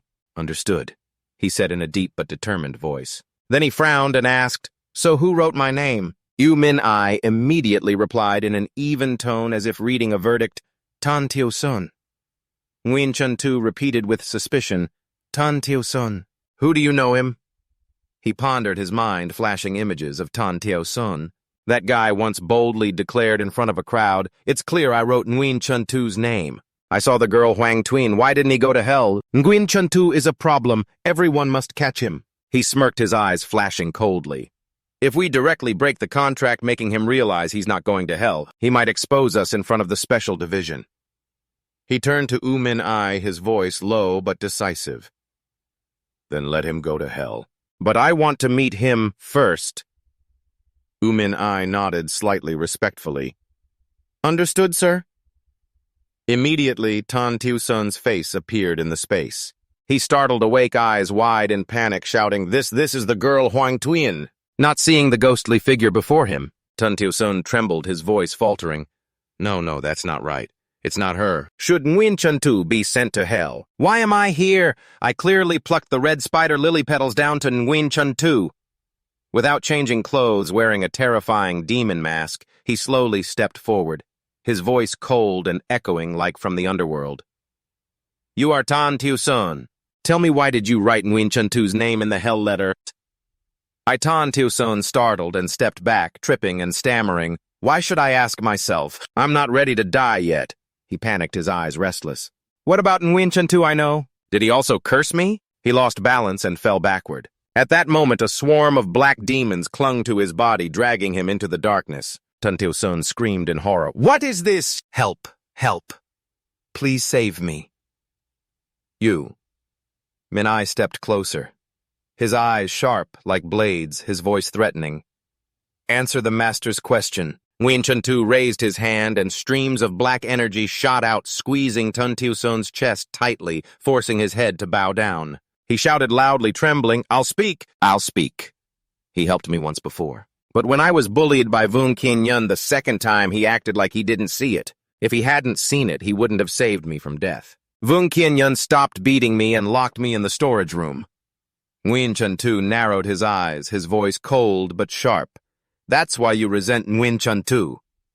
He stepped closer, his eyes piercing Tan Tiu-sun's heart. "Tan Tiu-sun, maybe you don't know that the girl Huang Tuyen was created by me. She's a weapon for victims like you to fight back against criminals. But you still don't dare to use this weapon against the real perpetrators. Instead, you resent the one who once helped you." Tan Tiu-sun was speechless, partly from fear, and partly because what Guen Chanu said was true. He continued in an even tone, heavy as a verdict, "Those bullies will also face retribution, but you can hardly avoid punishment yourself." He raised his hand, signaling to release him into the river. Tan Tiu-sun panicked, screaming in despair, No, I was wrong, I'm sorry." He struggled hopelessly as if his life was about to end. But suddenly he opened his eyes wide and realized he was lying in the house of the tree-legged mage boy. Sweat poured down like a shower. At the same time, under the dim light, Than Tree held a red spider lily. Watching her closely, he quietly said to Hong, "This flower feels nothing but gloom and coldness. Use your spiritual power to test it." Hong nodded without hesitation and reached out to touch the petal. Immediately she screamed and quickly pulled her hand back. "Hot! Hot, hot, hot." Than Tree frowned, his voice thoughtful. "It's certain that only the letter sender can pluck this red spider lily petal." She shook her head, disappointment in her eyes. "No valuable information. Let's start planning then." Hong blew on her almost burned hand and smiled teasingly. "Why don't you try stealing a bit and see?" Than Tree took off the glasses on her face, revealing a hand that was nothing but white bones emitting an eerie blue light. "I have tried," she replied coldly, "using this hand to steal the hatred off that student. But these glasses told me that if I forcibly steal it, I am doomed to die." Hong widened her eyes in astonishment. "What? Is that really you, miss?" Than Tree didn't answer, just turned her back and walked away, her cold figure merging into the shadows. "The plan hasn't officially started yet. You can back out right now if you want." Hong pondered, but then broke into a mischievous smile. "Look at you. Why can't you joke around? Then don't waste any more time. Take him to the special unit for a full check on both."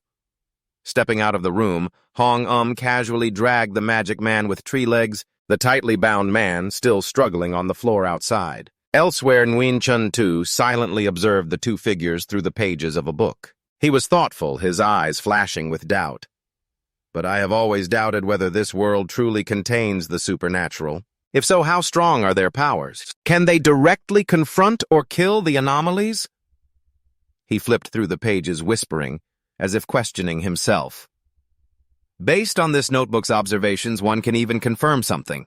Those with such powers have formed a supernatural organization called the Special Unit. Their existence is to handle anomalies, and they have already begun investigations.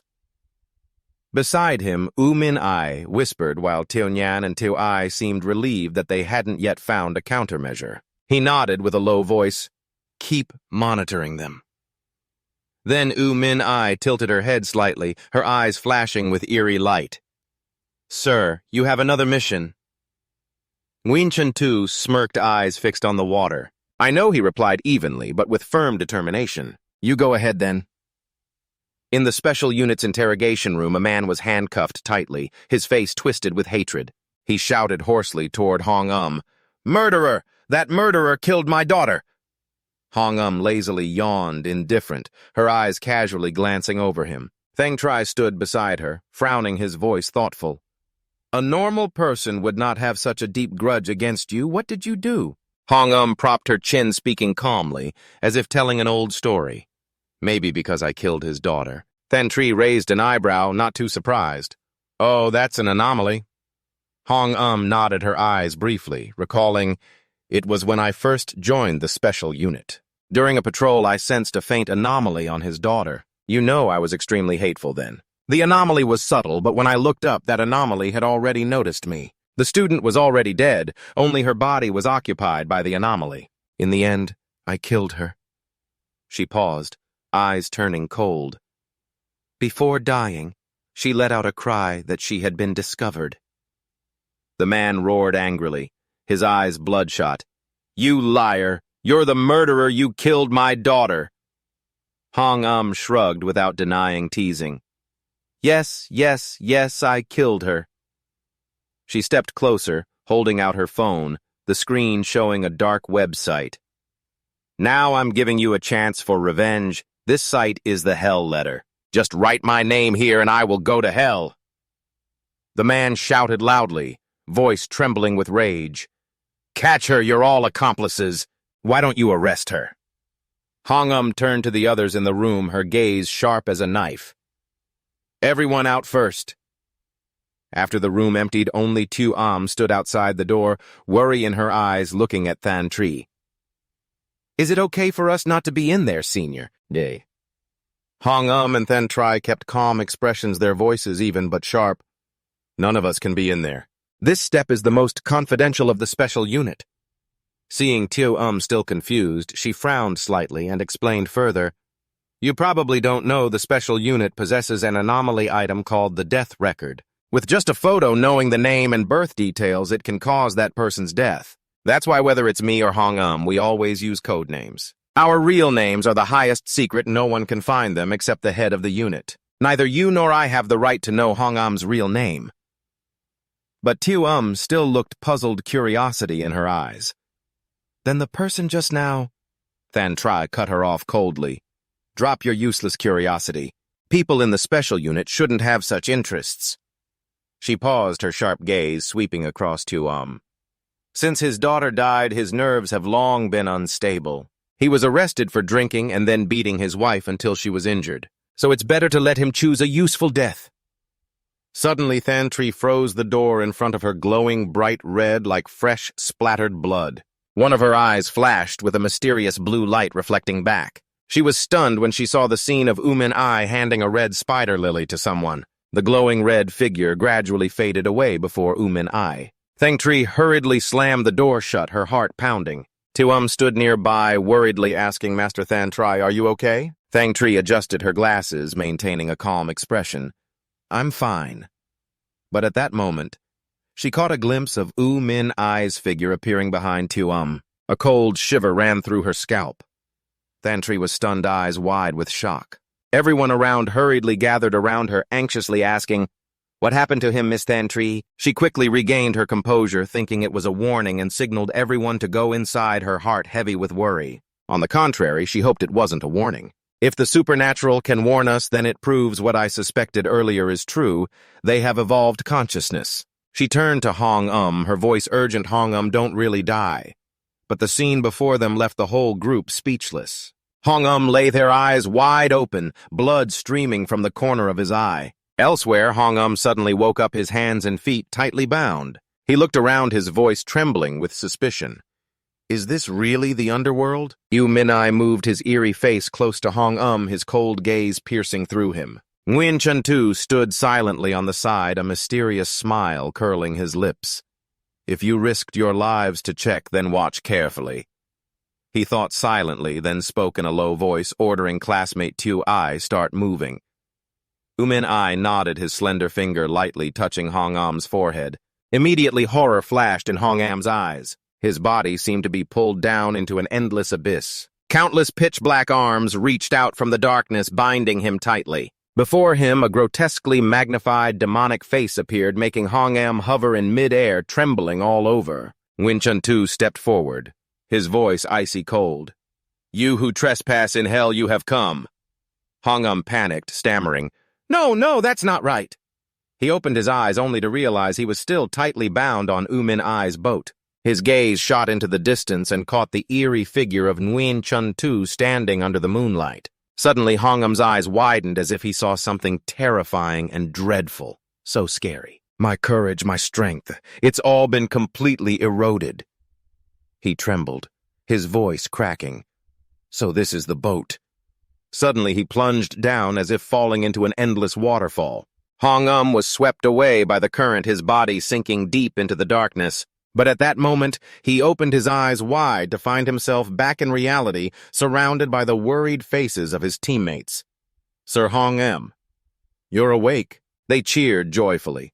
Hong held his head, gently rubbing it, looking exhausted. Thangtree stepped forward urgently. You got out. Did you find anything? Hong took a deep breath, trying to sort out his chaotic memories, weakly, recounting, There's a waterfall in the river ahead. But beneath the waterfall is the true hell. At that moment, I felt like I was swallowed by darkness, powerless like a lost spirit or demon. My consciousness gradually faded. The connection between me and the shadow weakened as the sensation reached its limit. I tried to contact the shadow to pull my soul back. He paused, horror clear in his eyes. The scariest thing was that the Huang Tuyen girl seemed to have consciousness. I felt like I was under her control, as if in her hands. I could be crushed at any moment. He trembled, his voice breaking. She was warning me I couldn't do this. How could it be possible? Thangtree fell into deep thought. The image of Min Ai standing behind Tu Ai flashed through her mind. Hong Ai continued, his voice hoarse. There was something else in hell that I couldn't clearly see. I don't know what it was.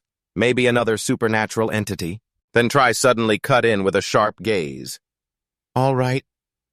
Hong Ai, you're not out of panic yet. She paused, her voice lowering. What do we do now? The Huang Tuyen girl, with a flash of icy light in her eyes, revealed an ability to think beyond expectations. Thangtree's deep, hoarse voice replied, I only know that if all the anomalies have consciousness, once they unite, it will be the day the world is doomed. After saying this, she hurriedly left her steps urgent, as if carrying the burden of immediately reporting to her superiors far away. Min Ai gently flipped through the pages, her fingers lightly gliding over the paper, eyes focused. She looked up, voice full of doubt, asking, Lord Guen Chanu, are you really okay with doing that? He smiled faintly and confidently replied, It's fine as long as we warn them so they can be cautious. They understand your rules, that's enough. If we actually kill him, it might cause even more trouble. Min Ai nodded obediently, eyes shining with trust. In the book before her, clear words appeared. Thangtree said the Special Senior Division and the Intelligence Unit agreed to seal off the first anomaly with consciousness, the girl Huang Tuyen, using the highest security level. Guen Chanu read thoughtfully, eyes flashing with contemplation. An organization of supernaturals. So there are still many people with such special powers. He frowned, thinking silently about Hak who had used his abilities to escape from hell. Tu Ai's anomaly rules, though detailed, still contained quite a few loopholes. The more complicated the rules, the more loopholes there are. I need to be stronger and use this point to revise and supplement her rules. Otherwise, she won't even be stronger than Tuyen. Just then, Tionyan, unable to hide her excitement, jumped up and clung to Min-ai's head, chirping, "Mom." Min-ai sighed helplessly, turning to look at Guen Chanu, her tone resigned. "Lord." Guen Chanu slightly curled his lips, eyes sparkling with amusement, turning to his classmate Tio-ai. "Let me ask you something. If I don't pull my hand back, can he escape?" Min-ai shook her head firmly. "He can't escape." Guen Chanu frowned, a look of puzzlement in his eyes, continuing, "But he doesn't die." Min-ai calmly explained with certainty, "No, I have executed the contract in my rules. He is already dead. His soul is in hell." Guen Chanu paused, eyes wide with surprise. "According to Tio-ai's rules, as long as the soul is dragged to hell and imprisoned, that counts as death. Even if Hakam uses any method to return to reality, she won't pursue him further. Unless he thinks silently that person can split souls, possesses a death replacement tool, or his spiritual power has reached a level enough to fool Tio-ai." Min-ai lightly tugged his sleeve, eyes showing curiosity mixed with confusion. She pointed to the book, voice soft but full of doubt. "Is this talking about me?" Then she glanced at the words and murmured, "What does God mean in the special division on the third underground level of the special division?" A man's shadow slowly walked down the quiet hallway. The briefcase in his hand swayed gently with his steps. He stopped in front of a door, pushed it gently, and stepped inside. In front of him was an old wooden table. On it was a white cup placed upside down. A thin red thread ran through it like a hidden vein. He stepped closer and placed 2 sheets of paper symmetrically on either side of the cup. Suddenly the cup floated in midair like a strange omen. He grabbed it and brought it close to his ear, voice low as he ordered, "Tell me, if God devours the girl Huang Tuyen, what will happen?" The sound from the cup echoed coldly and clearly. "God's power will become even stronger." He frowned, eyes sharp and cold, continuing to ask, "Tell me, are there many, few, or very few anomalies with consciousness in this world?" The cup's voice replied briefly, "Very few." Hearing this, he immediately switched on his walkie-talkie, voice firm, "I vote in favor of the devouring plan." In the Special Division meeting room where the 12 intelligence unit members gathered, voices rose with different opinions. A deep voice decisively said, "I vote to agree with the takeover plan." But immediately after, another voice full of resolve objected, "No, I still oppose that." A stubborn member of the intelligence unit spoke with firm eyes. "Maybe we can negotiate with the girl Huang Tuyen. But most importantly, we can't keep relying on God to deal with anomalies anymore." However, Mr. Hong, another member of the intelligence unit, smirked, eyes full of sarcasm. "Even if you negotiate with the anomaly, do you think they will stop killing?" His tone turned cold as he began listing the killing rules of the girl Huang Tuyen. "From beginning to end, it's all in human hands." He paused with sharp eyes, then continued, "Rule 1, only those filled with rage can contact her. Rule 2, she appears between midnight and 1 a.m. Rule 3, only when the resentful person breaks the red spider lily petal she offers is the contract officially completed. Rule 4, her powers are limited within Jiang City." From these, he smirked slightly with a suggestive tone. "But I propose a hypothesis, if she can think. Does she also hold the rules herself?" Hearing this, Dien Da couldn't help but slam his hand on the table, angrily, voice sharp. "Then I'll go talk to her." That impulsive action immediately drew cold, stern looks, not angry, but authoritative, from the members in the meeting room. Even Mr. Hua stared at him, his gaze clearly showing displeasure. Dien Da was momentarily frightened under those piercing looks. He quickly softened his tone and took a step back, mumbling, "Sorry I lost my temper just now." Mr. Hua nodded slightly, calm but serious voice. "Dien Da, I've always admired this trait of yours. The staff needs people like you, but don't forget, our lives are one entity." Finishing, he slowly stood and approached, comforting the man who was gritting his teeth to hold back. Mr. Hua placed a hand on his shoulder, his words heavy and threatening. "We absolutely cannot allow a conscious anomaly to exist." Then he turned and left, but didn't forget to look back with a cryptic remark, "If in the end, even the divine can't destroy the Huang Quan girl, I will support your approach." Watching Mr. Hua's figure fade away, Dien Da clenched his fists, eyes blazing with fierce determination. In his heart, he silently vowed this plan must not fail, because he held a dark belief everyone who ever encountered the divine, whether supervisor or anomaly, had died without exception. The divine is the most inexplicable anomaly. Scene shifts to Guen Chanu with a bewildered face suddenly exclaiming, Ali Trung Hung! Standing nearby wasn't any better, mumbling with a crooked smile, Aha Ban Ban. With wide, confused eyes, Guen Chanu's mind was tangled as he turned anxiously to ask, "What's going on?" It turned out he was standing in the schoolyard where everything seemed unrelated to the intrigues and mysteries just revealed in the Yulin Club's activity room. The atmosphere suddenly became chaotic, a crowd of classmates pushing and shoving to submit their applications to join. Someone shouted excitedly, don't push, I have a pure Yang blood type, I must get into this club." Another face, flushed red from arguing, retorted loudly, "Get in your head, who said only science counts?" Amid the noisy chaos, sharp eyes suddenly all turned toward Guen Chanu. A shout rang out, cutting through the crowd. "Look, the club members are here!" Under those burning, determined gazes, Guen Chanu and his two friends felt a chill down their spines. Lee Trung Hung stammered nervously. Chanu sensed the situation was bad. Guen Chanu shouted decisively, "Run immediately!" An application form flew up into the air, on it clearly written, Tan Tu Son interests in video games, dream of reincarnation. Not just one, but a series of other forms were thrown everywhere as classmates chased the three shouts, echoing, "Have you guys met the Huang Quan girl yet?" Club President Nguyen Dem, "I'm here to see ghosts to interview a bit. Are you all supposed to be supernaturals in legend joining a club for occult studies and spirit communication?" Amid the shouting crowd, Ha Ban Ban ran panting but still shouting to the club president, "Clearly I'm the real deal." Some girl's shrill voice so adorably cheeky. At this point, Guen Chanu could only run headlong, silently cursing, "Stupid people who aren't afraid, whatever it is, I've been to hell already." 5 minutes later, after escaping to a distant corner, he stopped and sighed in relief.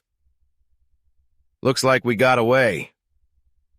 Lai Trung Hung sat down at the foot of the stairs, drenched in sweat, complaining, "I'm really exhausted, feels like I'm about to meet my ancestors." Ha Ban Ban leaned on her knees, panting, looking up and asking Chanu, "Since when did you get this fit?" Guen Chanu, though tired, stood firm and smirked. "No way, I'm tired too. I suggest you all spend some time training, you'll get used to it quickly." While the three were still talking from downstairs, a couple was chatting cheerfully, the girl's sweet voice inviting, "Come over tonight to practice at my place." A while later, Ha Ban Ban lay sprawled on the balcony railing, eyes teary, complaining, "What do we do now?" Since the forum was locked, everyone believed Huang Tuyen was real, and our club became popular. I just wanted to find a quiet place to play games. Lee Trung Hung sighed wearily. "This is so boring. Where is my happy place?" Facing the despair of his two friends, Guen Chanu could only shake his head helplessly, thinking, "These two really—" Suddenly a girl stepped forward, her voice gentle as she said, "Hello, everyone." The girl was Tan Hoi, her eyes shy but filled with curiosity.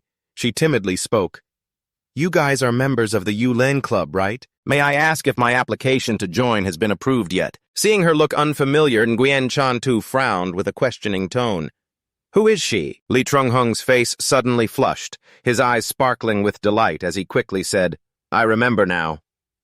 He hesitated as if to confirm, "You're Tan Hoi, the one who submitted an application before, and you also have a close friend who wants to join, right?" Ha Ban Ban was not to be outdone, and immediately rushed over with a shy smile. "Tan Hoi? Yes, it's really Tan Hoi." Faced with the unexpected situation, Tan Hoi was left speechless and quietly replied, "Consider this a return greeting." She calmed down and then asked about her close friend. "My friend is very interested in urban legends but hasn't applied yet. Can we join together?" A sudden loud shout echoed from either Lai Trung Hung or Ha Ban Ban. "Of course you can!" The next scene needs no description to imagine. Ha Ban Ban enthusiastically shook Tan Hoi's hand warmly. "We're lacking people like you, and since your close friend is also interested in urban legends, welcome to the Yulin Club." Dear classmate Tan Hoi Lee Trung. Hung didn't want to be outdone. Yes, let's exchange contact info. When will you come?" Seeing his two friends so infatuated with the girls, they forgot to ask him. Guen Chanu helplessly called out, "You guys?" But no one bothered to answer because both were busy listening intently as Tan Hoi replied, "We'll come tomorrow, and then we'll come together."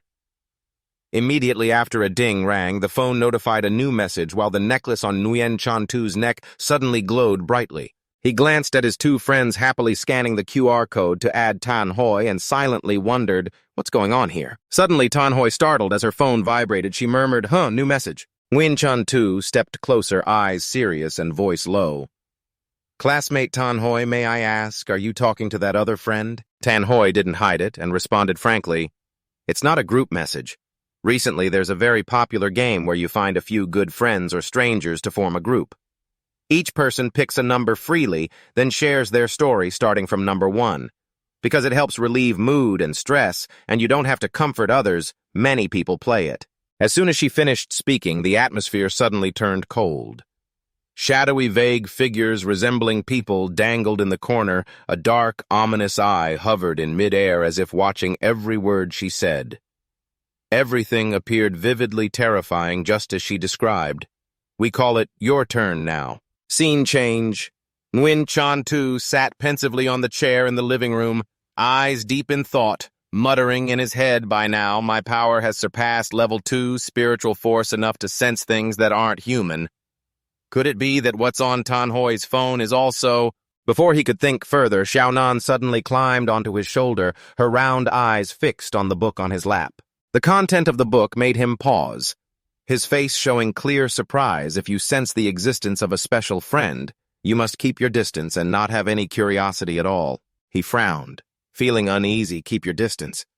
No curiosity, is this a warning for me? Just then, Xiaonan slid down his leg, her curious eyes turning to the phone on the table, vibrating with a new notification. Guen Chanu took the phone and skimmed the message, so Tan Hoi just sent an invitation for the whole Yulin Club to join the game she introduced. Reading her enthusiastic words, he sighed involuntarily, thinking it seems she really came looking for us on purpose. While he was absorbed in reading the message, Xiaonan quietly crept behind him and suddenly hugged him tightly, her shrill voice shouting, "Mommy!" Surprised Guen Chanu could only laugh and gently comfort her.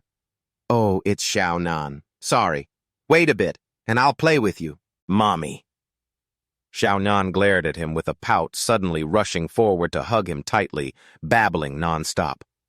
"Mommy, mommy!" Faced with this mischievous child, Guen Chanu could only sigh, speaking gently to advise Xiaonan not to cause trouble. Suddenly she covered his eyes with both hands, her shrill voice surprising him, and he looked puzzled.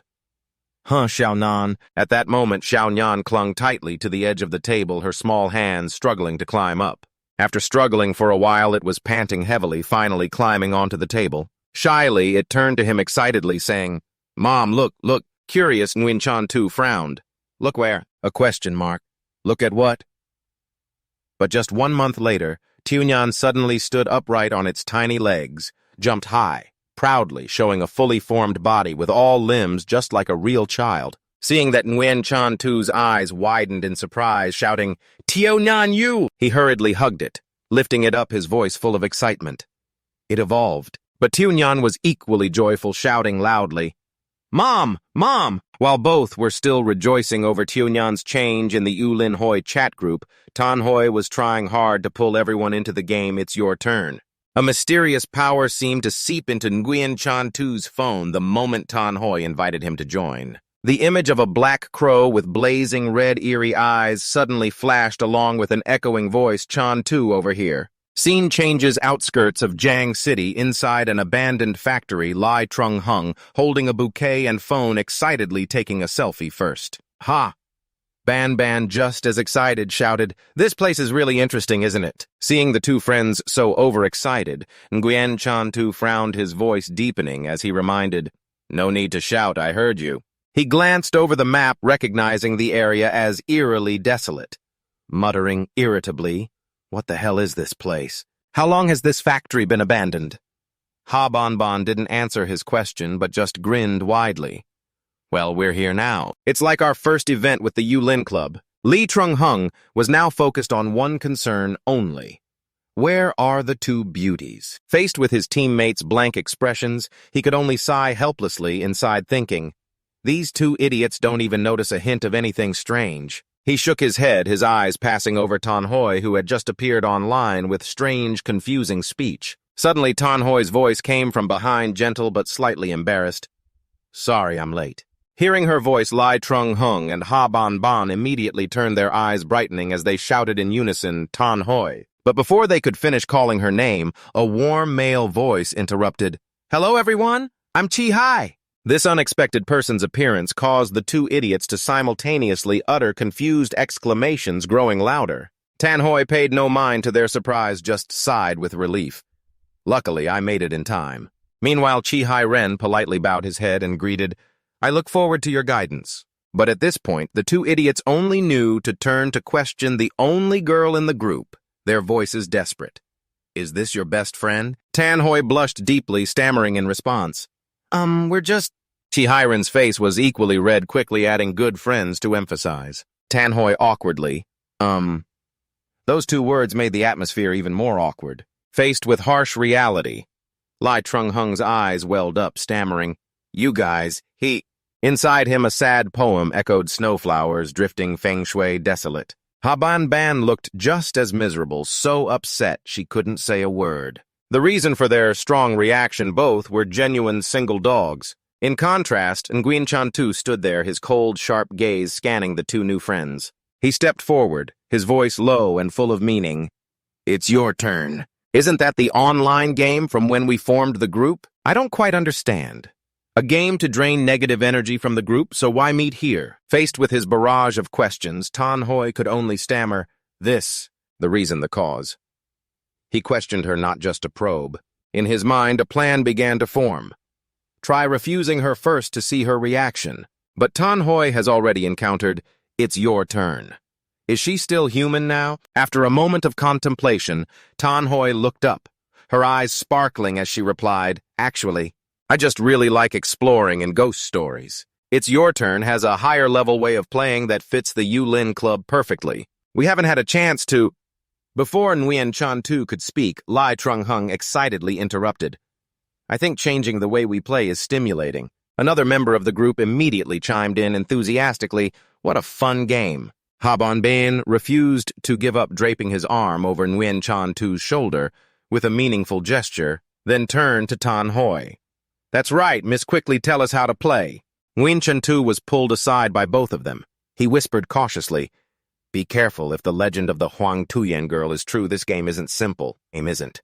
Just to be safe, we shouldn't play. But Lai Trung Hung, his eyes sparkling, immediately objected. Are you stupid? Can't you see what those two are up to? That's the look of pure love mixed with shyness and worry. Pure love, got it? Ha Ban Ban nodded in agreement, adding, Without a beauty's help, you might as well be earning good karma from afar. Tan Hoi and Ta Hainyan glanced at the three of them, eyes full of curiosity. Just as Guen Chanu planned, Tan Hoi fell right into his probing trap. She sighed with a hint of disappointment. It's okay if you don't want to play. That's fine. It's just a multiplayer game anyway. Like I'm the one causing trouble, Ta Hainyan. Now acting like the hero saving the beauty, spoke up in support.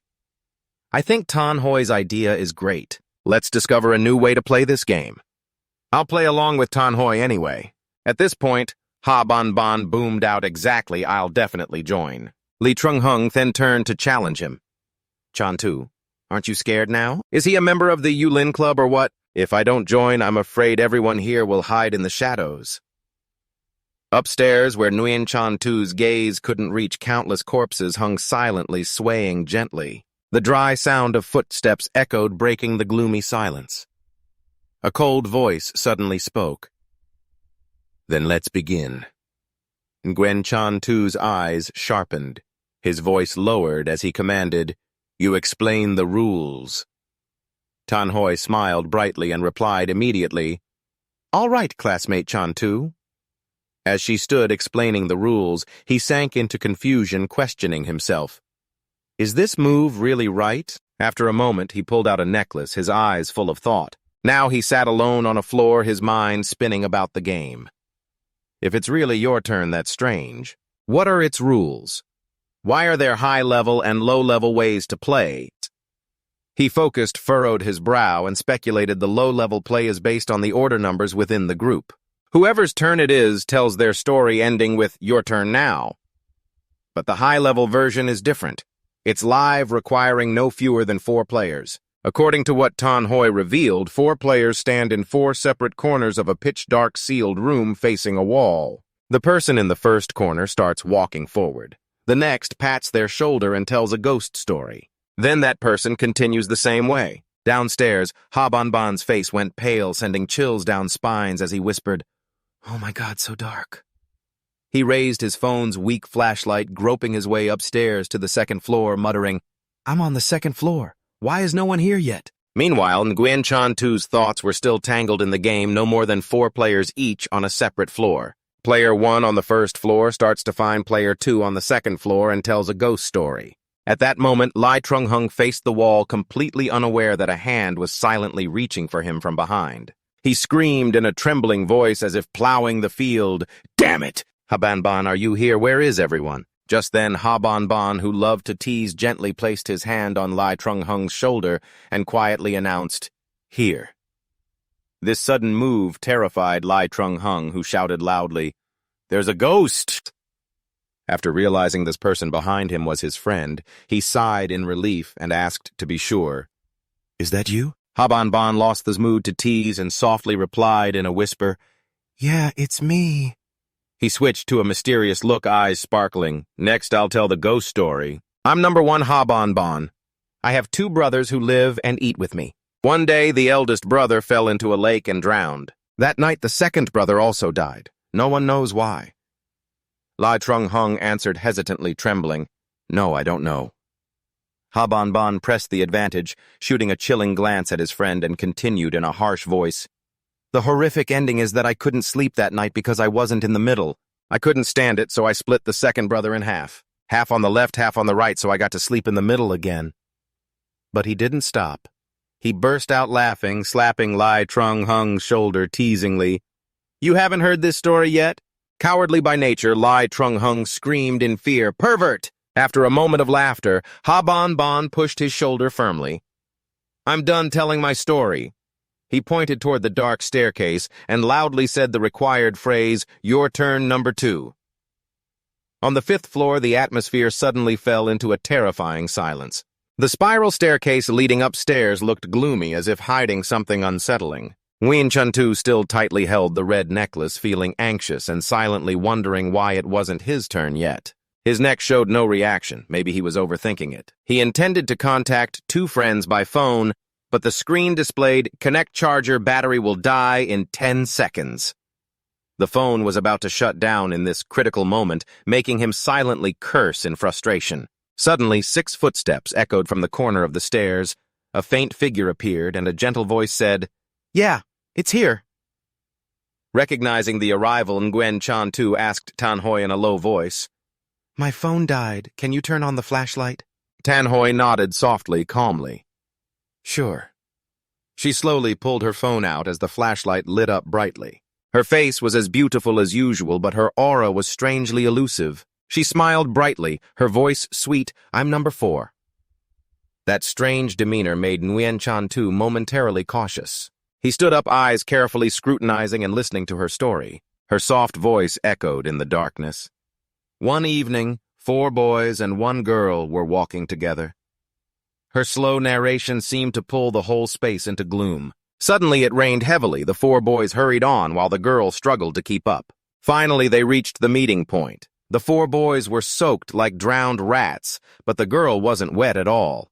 Tan Hoi leaned close to him, whispering mysteriously, "Number 5, do you know why?" Guen Chanu was silent, his eyes deep in thought. After a moment, he calmly replied, "Because that girl was dead, she was in a coffin, and the 4 were carrying it." To emphasize the image of an open coffin with the girl inside suddenly vividly appeared in his mind. Tan Hoi clapped her eyes, shining brightly as she cheered, "Number 5 is amazing, you guessed right." Guen Chanu maintained his calm expression and replied lightly, "You flatter me." She lowered her voice and continued the game. "So, have you finished your story?" Go down to the first floor and tell number 1 he's waiting for you. In the suffocating dark space of the abandoned factory, her voice echoed as if from the spirit world. Your turn. Still cold, and Guen Chanu brushed past her voice low. Finished. Okay. He stepped down a few stairs, then suddenly turned back and suggested, Then I'll go down to the first floor first. What about you? Go with number 1. Tanhoi shook her head, a mysterious smile flickering. No, I should stay on the 4th floor, no breaking the rules. She paused, then added, Right, your phone died, need to use mine. Guen Chanu kept his cold expression, said nothing, and silently continued walking. Guen Chanu turned his back, voice indifferent. No need. You use it yourself. Be careful watching your step. He went down to the first floor, but strangely saw no one. Thinking standing there was useless, he decided to go outside to find his friends. Just stepping out. Lee Trung-hung shouted anxiously, Brother, are you okay? Ha Ban immediately added, We just... Guen Chanu's gaze no longer lingered on the two friends, but shifted to Tanhoi standing right there. He frowned, voice cold and questioning. Didn't you go down to the 4th floor already? His question stunned the whole group. Tanhoi, a bit scared but honest, answered, I was too scared, so I waited for Hainan to come up from the 3rd floor. Then we stood together on the 4th floor stairs, calling you down. Just that sentence sent chills down Lai Trung-hung Ha Ban Te Hainan, and even Guen Chanu. Tanhoi, still trembling, continued. But you didn't answer Hainan, and I felt something was wrong, so we immediately went downstairs to meet Ban and Trung-hung. I never went up to the 5th floor. In the quiet, gloomy space of the factory, the cawing of crows blended with the shadows of birds high above. Guen Chanu smirked as if nothing had happened. I was just joking. He humorously added, Didn't I already scare you all? But in response to his joke was Ha Ban's angry glare. Where did this brat learn that bad habit? Scaring fellow student Tanhoi what should be done. Lee Trung-hung joined in, growling, looking for trouble. Watch my move. The 1,000 years heaven killer shirt. He faced the anger of his friends. Guen Chanu just laughed nonchalantly. It's a game, it has to be this exciting. Then he stepped closer to Tanhoi's face, his voice sinister. If Tanhoi is scared tonight, we can... His bold attitude made her step back embarrassed and stammer, What do you mean? Seeing his rude behavior, Chi Hai-ren immediately got angry, his gaze sharp and cold. But Guen Chanu ignored it, only wearing a sly smile as he closely watched her. Then he turned around, speaking casually. My idea? Our whole Yulin Club will party all night using our natural beauty. Guen Chanu thought silently, his eyes deep in thought. After all, in urban legends, the main character usually faces things alone. But Tanhoi showed obvious fear, leaning slightly against Chi Hai-ren, her voice low, refusing. No need. I feel a bit uncomfortable. I should go home and get some sleep first.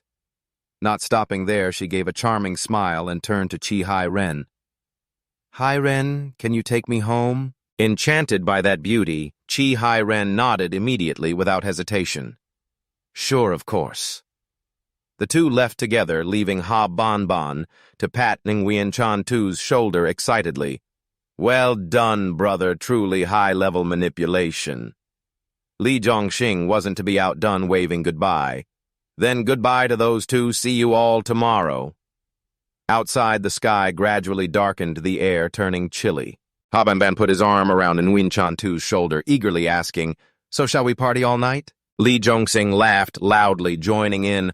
All right, if I don't shoot down 10 chickens tomorrow, I'll cosplay as a chicken running 10 laps around the training ground.